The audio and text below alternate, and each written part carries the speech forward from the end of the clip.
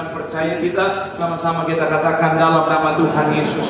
Aku percaya Alkitab ini adalah firman Tuhan. Setiap kata kalimatnya sanggup memberkati aku, dan hari ini aku pasti diubahkan, aku pasti dipulihkan dalam nama Tuhan Yesus. Sama-sama kita katakan amin. Kita buka kitab kita saudara, Yohanes pasal yang ketiga ayat yang ke-16. Bulan Natal ayatnya juga langsung temanya Natal saudara. Yuk, Yohanes pasalnya yang ketiga ayatnya yang ke-16 akan jadi ayat pembuka kita hari saudara, sekaligus pengantar pembahasan kita. Yuk, sama-sama Yohanes 3 ayatnya yang ke-16. Yang sudah di sana boleh bilang aku diberkati Tuhan.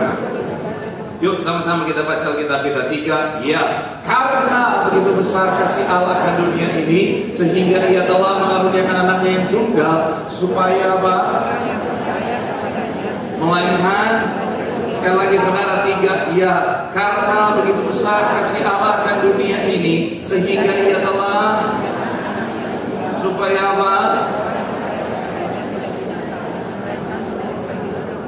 Sekali lagi saudara 3. Ya, karena begitu besar kasih Allah akan dunia ini, sehingga Ia telah mengaruniakan anaknya yang tunggal, tidak binasa melainkan apa? Beroleh hidup yang kekal. Saya mau bilang saudara, kata mengaruniakan anaknya ini bicara tentang menyediakan keselamatan. Sama-sama bilang sama saya, menyediakan keselamatan. Sama-sama bilang sama saya, menyediakan keselamatan. Allah terpuji nama Tuhan. Saya mau bilang saudara bahwa Tuhanlah pribadi yang maha menyediakan. Sekali lagi saya mencatat di sini saudara bahwa Tuhan adalah pribadi yang maha menyediakan. Sama-sama bilang sama saya, maha menyediakan. Amin. Kata maha di sini saudara, kalau kita lihat dari Kamus Besar Bahasa Indonesia, ini punya makna sangat amat, teramat atau besar saudara-saudara. Sekali lagi bahwa kata maha menurut Kamus Besar Bahasa Indonesia ini punya makna yaitu bicara tentang amat, sangat, atau bicara tentang besar saudara. Nah, artinya apa? Secara sederhana, kata maha menyediakan artinya memiliki kemampuan yang sangat besar untuk menyediakan. Sama-sama bilang sama saya, Tuhan mampu. Sama-sama bilang sama saya, Tuhan sanggup untuk menyediakan bagi kita.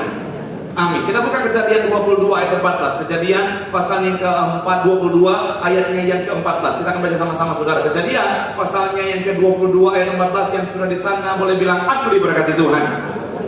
Yuk sama-sama kita baca 3. Ya, dan Abraham menamai tempat itu apa? Tuhan menyediakan. Sebab itu sampai sekarang dikatakan orang apa? Di atas gunung Tuhan akan apa? Disediakan. Sekali lagi saudara 3. Ya, dan Abraham menamai tempat itu Tuhan menyediakan. Sebab itu sampai sekarang dikatakan orang di atas gunung Tuhan akan apa?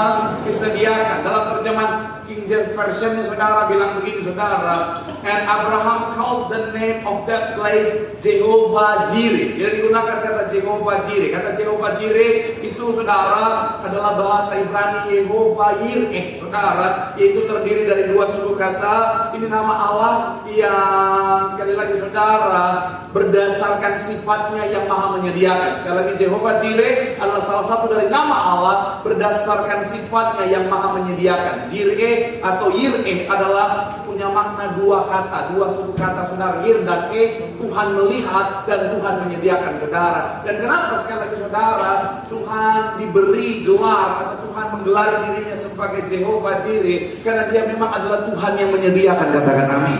Sama-sama bilang sama saya, dia Tuhan yang maha menyediakan. Tapi mungkin akhirnya saudara menatap saya dan berkata, Pak Pendeta, kalau kita memanggil dia Jehovah Jireh, dia Tuhan yang maha menyediakan, karena itu berasal dari sifatnya yang maha menyediakan. Tapi kenapa Pak Pendeta? Apa yang saya perlukan, apa yang saya butuhkan, belum saya lihat hari ini Pak Pendeta. Kalau dia Tuhan yang menyediakan, kan harusnya Pak Pendeta saya sudah lihat dan saya sudah terima, bahkan saya sudah nikmati Pak Pendeta. Tapi sampai hari ini Pak Pendeta, berkat yang saya butuhkan, mujizat yang saya butuhkan, pemulihan yang saya butuhkan, pertolongan yang saya butuhkan, apa yang saya butuhkan itu Pak Pendeta belum saya terima dalam kehidupan saya. Bagaimana Pak Pendeta Tuhan bisa dikatakan bahwa dia Tuhan yang menyediakan? Yang catat di sini saudara, bahwa dia Tuhan yang menyediakan saudara, tetapi ada saat di mana Tuhan yang maha menyediakan itu tidak menyediakan.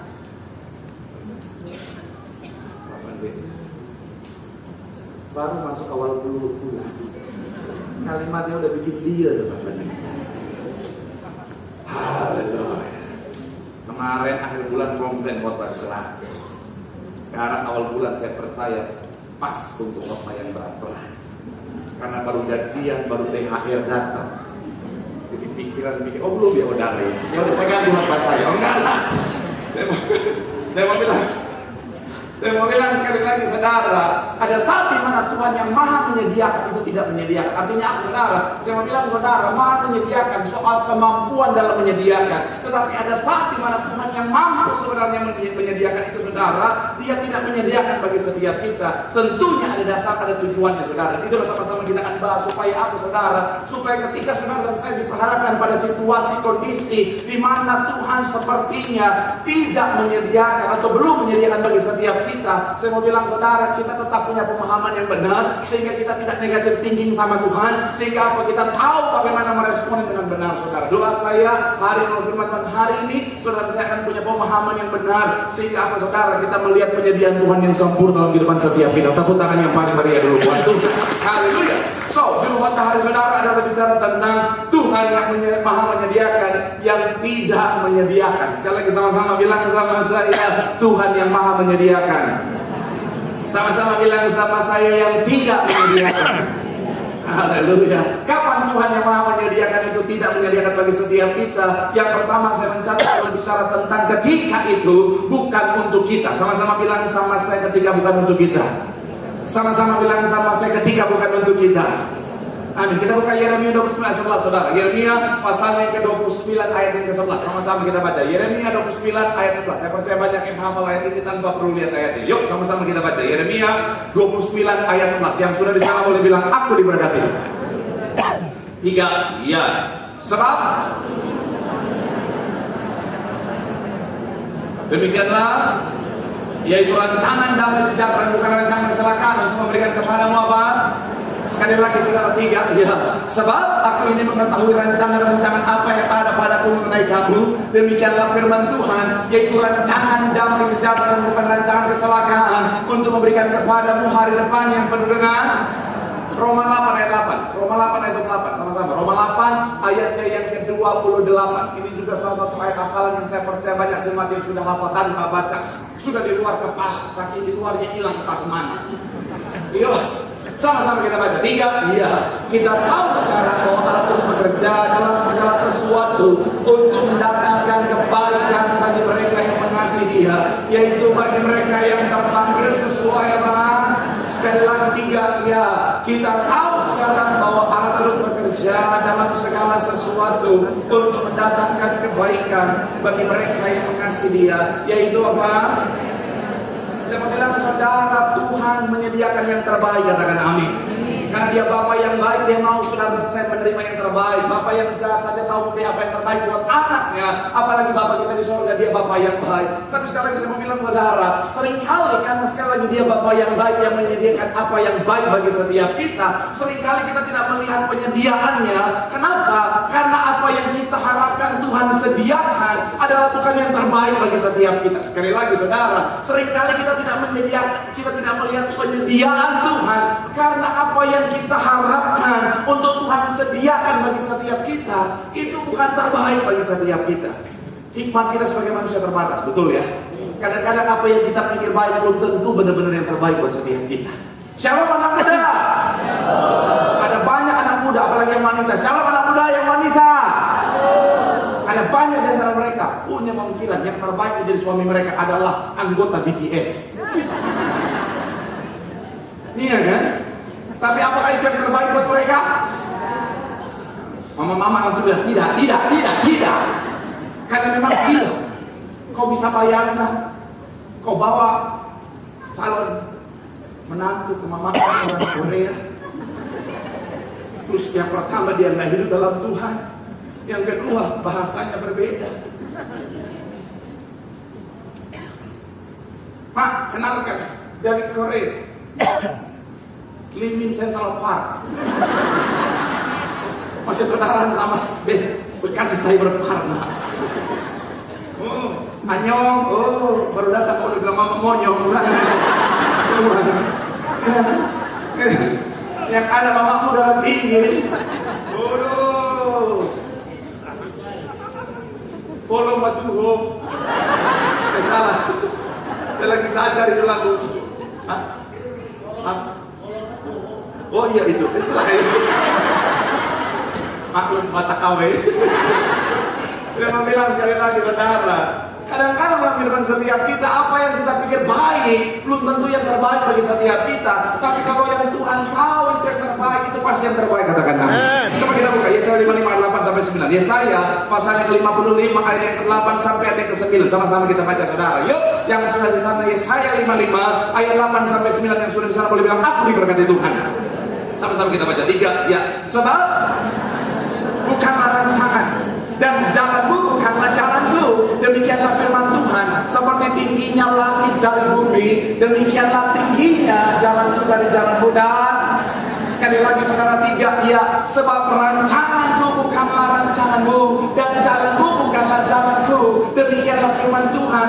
Seperti tingginya langit dan bumi, demikianlah dari rancangan. Sekarang saya mau bilang saudara, kenapa atau saat apa atau kapan Tuhan tidak menyediakan bagi setiap kita? Karena memang apa yang kita inginkan bukan yang terbaik bagi setiap kita. Kadang-kadang apa yang kita pikir baik justru bisa membawa kecelakaan bagi setiap kita. Dan saya mau bilang saudara, mau sampai kapan pun kita minta Tuhan sediakan, Tuhan akan pernah menyediakan saudara.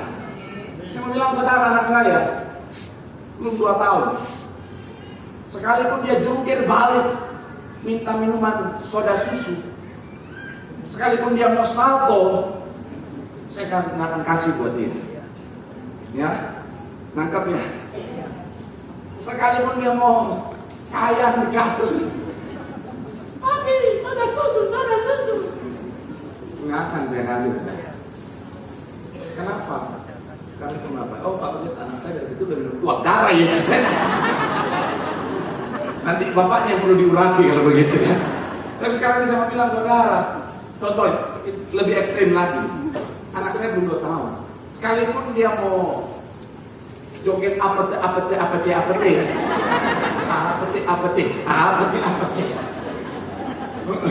Anda pusing dengan lagu itu saudara. Karena di sini papi apete. Lagi itu semua Pak apete. Dia mau bilang saudara, sekalipun kalau dia mau minta misalnya motor trail saudara, sampai kalau sudah datang 2 kali, saya tidak akan pernah menyediakan buat dia. Kenapa? Karena itu bisa berbahaya buat dia, betul ya? Maka sekarang saya mau bilang saudara, kadang-kadang kita belum lihat Tuhan tidak sediakan bagi setiap kita, karena memang itu bukan bagian bagi setiap kita. Jadi sekali lagi saya mau bilang saudara, kita boleh berusaha, tapi ingat baik, hasilnya percayakan sama Tuhan. Amin. Jadi tugas kita percaya kalau Tuhan nggak kasih, Tuhan sudah siapkan yang jauh lebih baik. Yang setuju boleh berkata tepuk tangan yang paling meriah buat Tuhan. Bilang sama kanan kiri, Tuhan tidak menyediakan karena itu bukan bagianmu. Ada yang jauh lebih baik yang sudah Tuhan sediakan. Tepuk tangan sekarang yang paling meriah buat Tuhan. Haleluya. Yang kedua saudara, yang kedua. Tapi kalau persaksian sedikit saudara, lihat, saya mau jadi artis. Tuhan tidak sediakan maksimal. Mentok sebagai boy band lip sync. Sekalipun saya sudah jungkir balik, malah nggak damai sejahtera. Karena ternyata Tuhan sudah siapkan jadi pendeta perasaan. Gak usah, malu saya. Yang kedua, kapan Tuhan yang maha menyediakan tidak menyediakan? Yang kedua, saya mencatat ketika kita belum siap. Sama-sama bilang sama saya ketika kita belum siap. Sama-sama bilang sama saya ketika kita belum siap. Amin. Ayatnya di mana Pak Pendeta? Saudara nanti bisa baca di rumah. Kisah Yusuf dan kisah Daud, saudara. Kalau saudara ingat baca di rumah ya. Banyak jemaat Tuhan pulang rumah nggak baca Alkitab lagi. Alkitab cuma buka di gereja doang. Haleluya. Tapi kalau saudara baca kisah Yusuf dan kisah Alkitab, kisah Daud, saudara dalam Alkitab, kita akan menemukan bahwa apa saudara? Ketika mereka dalam perjalanan kehidupan mereka, katanya akan jadi raja, malah jadi budak. Itu Yusuf. Katanya akan jadi raja, malah jadi narapidana, saudara.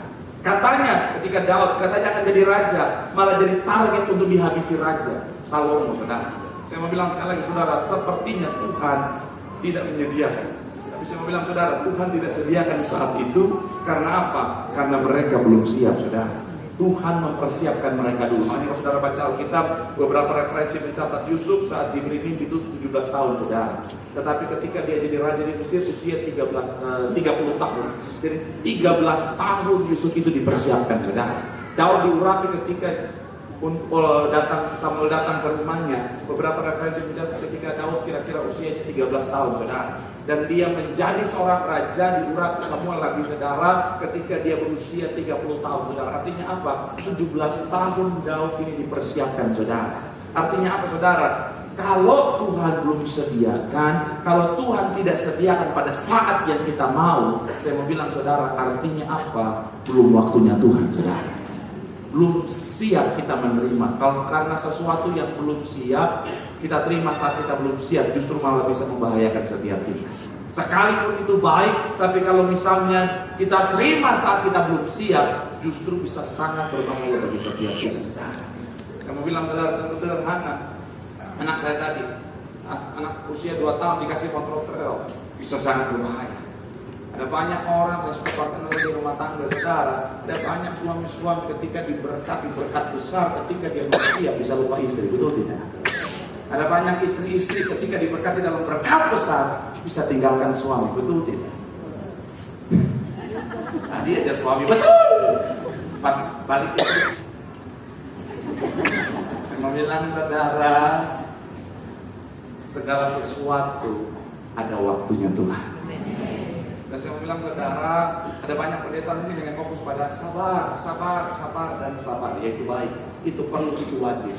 Tapi yang Tuhan taruh di hati saya, dalam proses penantian itu, kita harus mempersiapkan diri kita. Sama-sama bilang sama saya, mempersiapkan diri. Sama-sama bilang sama saya, memantaskan diri kita. Karena seringkali begini, saudara, kenapa Tuhan belum kasih? Kenapa Tuhan belum sediakan, saudara? Karena kitanya yang belum pantas menerimanya, saudara. Karena kitanya yang belum siap dalam menerimanya. Dan kalau kita belum pantas, kita belum siap, saya mau bilang sekali lagi, saudara, ini bukan, kadang-kadang bukan hanya soal bicara tentang waktu saja, saudara, tapi soal kemampuan. Sama-sama bilang sama saya, kemampuan. Sama-sama sekali lagi bilang sama saya, kesiapan. Amin. Tuhan adalah pribadi yang sabar untuk menunggu kita siap, saudara. Jadi dalam penantian ini bukan hanya bicara tentang bersabar saja, tetapi sekali lagi sama-sama bilang sama saya, mempersiapkan diri. Amin. Makanya ada satu quotes yang saya ingin bagikan buat saudara tentang penantian. Begini, saudara, seringkali penantian akan terus menjadi penantian karena kita tidak melayakkan atau memantaskan diri. Sekali lagi, saudara, seringkali penantian akan terus menjadi penantian karena kita tidak melayakkan atau memantaskan diri kita. Ini quote dari seorang pendeta industri yang di depan saudara. Jadi, nggak lucu lagi. Nah, jadi ya, saya mau bilang sekali lagi, saudara, pantaskan diri, Mak. Saya mau bilang contoh dengan segala hati. Kalau kita coba lihat perspektif dari perspektif misalnya dari perspektif gereja misalnya, kira-kira kalau menurut saudara, kalau saudara yang menjadi gembala sidang, saudara akan mempercayakan saya nggak di mimbar ini dengan jemaat yang begitu banyak, begitu luar biasa, begitu wow ini, begitu amazing ini? Kalau saya masih pemalu, kalau saya masih ngomong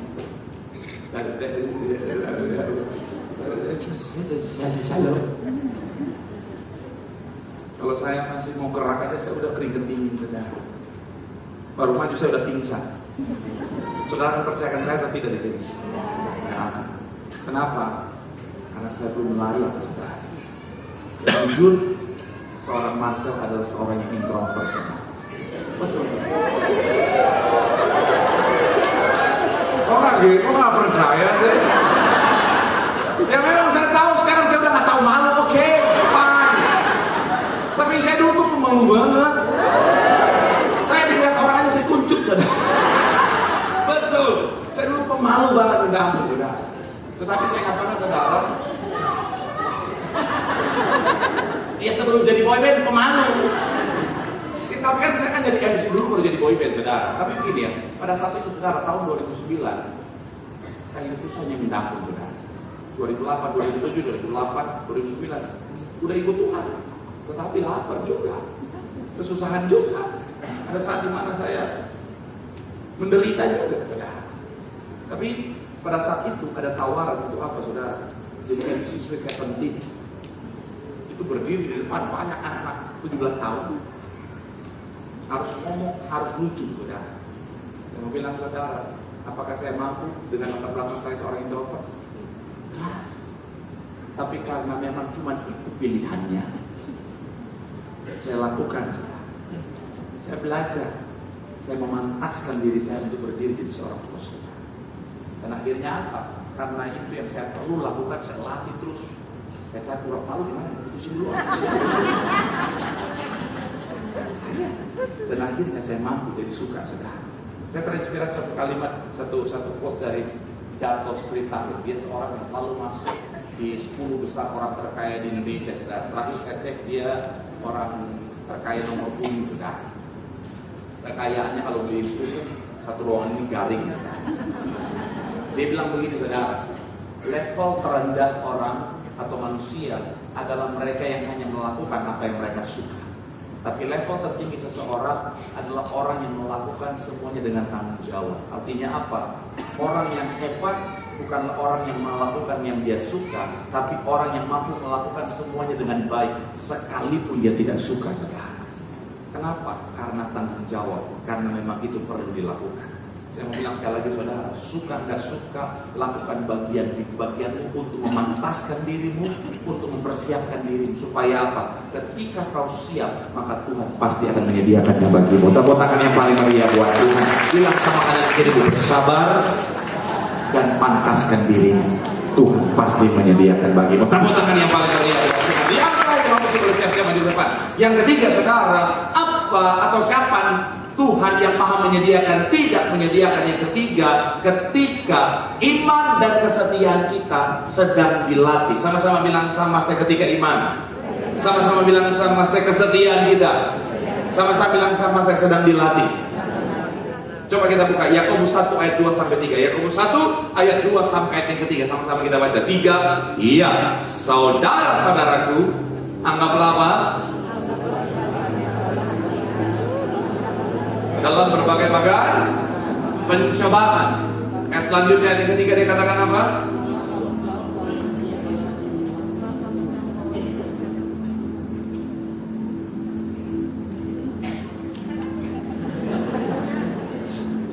Tidak ada di layar. Sebenarnya ada, tapi hanya orang-orang yang beriman yang bisa melihat. Saudara-saudaraku, anggaplah sebagai suatu kebahagiaan apabila kamu jatuh ke dalam berbagai-bagai pencobaan. Sebab kamu tahu ujian terhadap imanmu itu menghasilkan apa? Sama-sama bilang sama saya, ujian iman. 1 Petrus 6. 1 Petrus 1 ayat 6 sampai 7. 1 Petrus 1 ayat 6 sampai ayat yang ke-7. 1 Petrus 1 ayat 6 sampai ayat yang ke-7. Dikatakan apa di sana? Boleh munculkan? 1 Petrus 1 ayat 6 sampai ayat yang ke-7. 2 hari kemudian 1 Petrus 1 ayat 6 sampai 7. 3. Iya. Bergembiralah akan hal itu, sekalipun sekarang ini kamu seketika harus apa? Berduka cita oleh berbagai-bagai. Ayat 7, maksud semuanya itu ialah untuk membuktikan, sama-sama bilang sama saya, membuktikan kemurnian iman yang jauh lebih tinggi nilainya daripada emas yang fana. Ia apa? Diuji kemurniannya dengan api, sehingga kamu memperoleh puji-pujian dan kemuliaan dan kehormatan pada hari Yesus Kristus menyatakan dirinya. Yang bilang saudara, berkat pemulihan mujizat itu bukan tujuan akhir Tuhan, tetapi tujuan akhir Tuhan saudara dan saya punya iman yang besar. Katakan sama-sama bilang sama saya, punya iman yang besar. Makanya seringkali Tuhan tidak menyediakan berkat pemulihan mujizat dalam kehidupan setiap kita saat kita butuhkan, karena Tuhan lagi mau menguji iman kita, kesetiaan kita kepada Tuhan. Karena iman sebenarnya bukanlah bicara tentang ketika kita melihat dan kita percaya, tapi sekalipun kita belum lihat, kita percaya. Jadi kadang-kadang begini, Tuhan sengaja nggak sediakan sehingga kita nggak lihat, supaya iman kita dilatih dan kita jadi percaya di sana, saudara. Jadi kalaupun kau hari ini belum melihat Tuhan menyediakan, aku bilang saudara, percaya dia Tuhan yang sanggup sediakan. Amin. Sadrak, Mesak dan Abednego, mereka tidak melihat pertolongan Tuhan saat mereka mau dilemparkan ke dalam gua singa. Tapi waktu itu Daniel langsung datang bilang, "Hei, Sadrak, Mesak, Abednego, ngapain di situ? Itu tempat gue." Ini terinspirasi dari kisah seorang pendeta yang khotbah dia salah. Dia khotbah, lalu Lazarus naik ke atas pohon. Pendeta itu sadar, oh iya bukan Lazarus.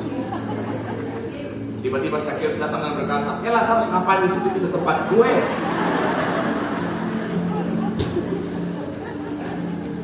Jadi pendeta harus pintar ngeles juga, saudara. Terus sekali lagi, Sadrak, Mesak dan Abednego, mereka tidak melihat Tuhan menyediakan pertolongan saat mereka mau dimasukkan ke dalam gua singa. Saya ngetes aja, mereka memang perhatiannya luar biasa dalam gua api. Api yang menyala-nyala. Tapi semua itu menguji dan melatih iman mereka. Makanya kalimat yang keluar, sekalipun Tuhan yang bersebat tidak menolong, kami tidak menyembah. Bela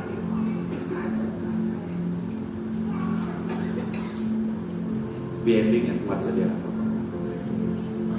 Daniel sama, ketika mau dilempar ke dalam gua singa, Tuhan tidak menyediakan pertolongan di sana. Karena Tuhan mau melatih iman, menguji iman. Karena iman yang luar biasa di dalam sana tidak disentuh oleh singa. Saya bilang sekali lagi, saudara, kalau hari ini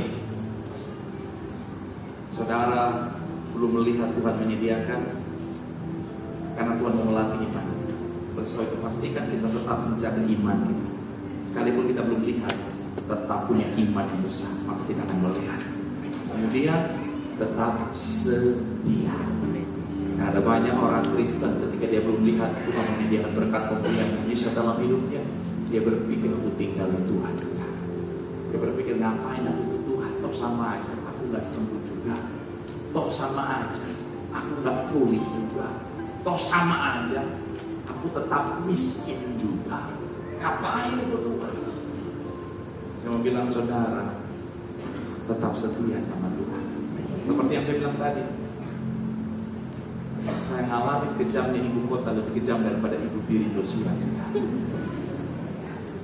Dari awal nyampe 2007, masuk 2008 akhir, saya menderitanya luar biasa. Tahun 2008 akhir saya memberi diri saya untuk dibaptis, hidup baru dalam Tuhan.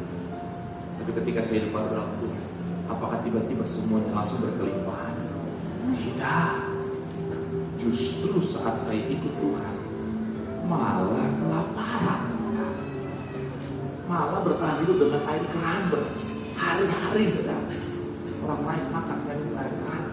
Orang bilang apa boy Korea ini minum air keran. Itu cacing masuk dalam tubuh dia arasa bencananya.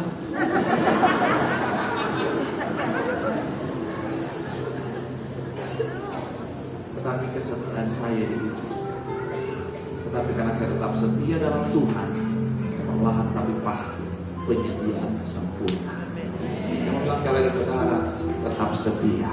Karena barang siapa setia sampai akhir, ada mahkota kehidupan yang Tuhan sediakan. Tepuk tangan yang paling meriah buat Tuhan. Bilang sama kanan kirimu, tetap setia, tetap percaya. Dia Tuhan yang mampu menyediakan. Tepuk tangan sekali lagi yang paling meriah buat Tuhan. Dan diberkati berlambangkan tanganmu, sorak-sorak yang paling meriah buat Tuhan.